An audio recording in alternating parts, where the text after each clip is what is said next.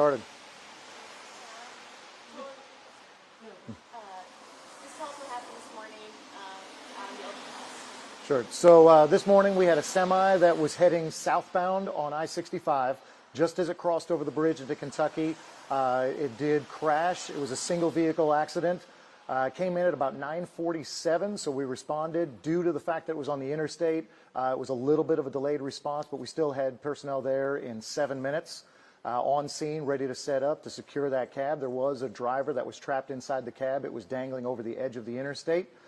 This crew right here, Rescue 2, the men and women of Louisville Fire Department, got out there. They set up a system. They secured the cab, used Tower 2, which is actually down at Floyd and Jefferson, to set up a high point and do what we call a pickoff. You basically lower a person down there into the cab. One of our firefighters was there to then hook him up into a system, make sure that he was safe, pull him up out of the cab and back down to safety. All in all, it took the operation about 30 minutes to complete. Fortunately, no one was injured. The driver was okay. We immediately got him in the hands of Louisville Metro EMS to get to the hospital just as a precaution. But once again, this is not just us. Louisville Fire Department handled the rescue, but we had police on scene to make sure that we created a safe work environment on the interstate so they could block all the traffic. And also we had our Metro Safe dispatchers that took the initial call. As you can imagine, that driver was a little bit nervous, but he was able to hold it together thanks to the help of the Metro Safe dispatchers. And once our firefighter got into the cab with him, he was great. Did not freak out on him and was very helpful in getting into the harness and getting him to safety. Now, this is kind of close to the 1-year anniversary of the 2nd Street bridge crash as well from last year. Yes. Is this kind of like a similar situation that we're looking at, or a little bit different? This is very similar from our standpoint. You've got a precarious situation where the cab of a truck is dangling off of an interstate. It could possibly separate and fall. The last one was dangling over water. This one was under, everybody around here is familiar with Spaghetti Junction. There's just more interstate underneath. But still, that would have been extremely hazardous. So you secure the cab, and we do a move that we call a pickoff. The men and women of Louisville Fire down here at Rescue 2, they practice that all the time. And we've got some video of that we can share with you that you can see. They got straight in there, got them out to safety.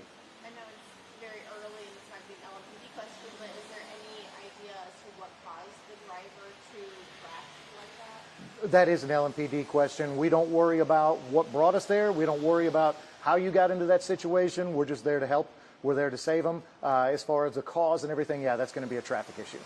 You mentioned that you all practice doing this. Specifically, what do you all practice to get ready for situations like this? We practice a little bit of everything.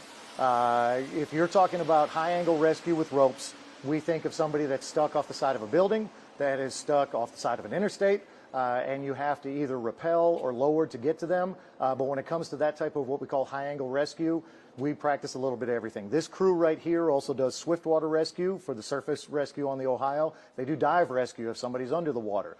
We have crews that do trench rescue, confined space, structural collapse if you think about tornadoes and things like that. Basically, anything you can think of, any type of hazardous situation, they're ready to do it. I also don't know if you know it all, but the front half that fell off the bridge, do you all know about how much that weighed or about how much effort that took to get off? I'm not familiar with that, no. Who was the firefighter that rescued the driver? That was a member of Rescue 2. And from our vantage point, a lot of us, we were over on another street. We couldn't see what the setup was down underneath the semi-truck. Were you guys prepared for in case things did fall? Yes. So actually, that's where I was set up with members of Engine 21. They were underneath just in case anything should happen there. So they were prepared. You're looking at about a 15-foot drop if it did fall, but we had firefighters on scene. In case there was a fire, they had hoses and water ready to go, and they also had extrication equipment in case they needed to get that person out if there was if it did happen to fall off down into the that lower level of the interstate. What goes through someone's head when they're doing that? When you're going through, you don't know what's going to happen. How you can do all the preparations, which is you're in that moment. What's that like, I guess? So for firefighters, this is game day for them. Like I said, they practice all the time. They're ready for this, and we certainly don't want to minimize the danger that's there. But that's what they're here for. That's what you hired these firefighters to do. That's what they're prepared for. And when it's time to go, they are laser focused. They realize the gravity of the situation. They know they have to work efficiently. They have to work fast. They have to work safely. But that's what they prepare for. That's what they practice for.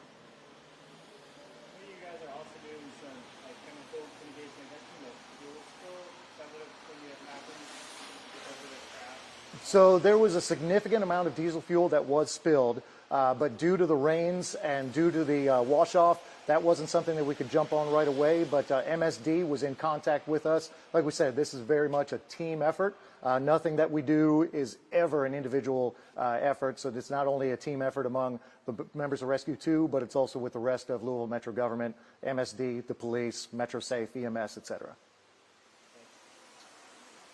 Is the driver still in the hospital, or? That I don't know, but there was a report of no injuries as we got him out, and he was in good spirits. When our firefighter was with him, got him in that harness, he got out. He actually was waving to the first responders there and thanking people, so he was in good shape.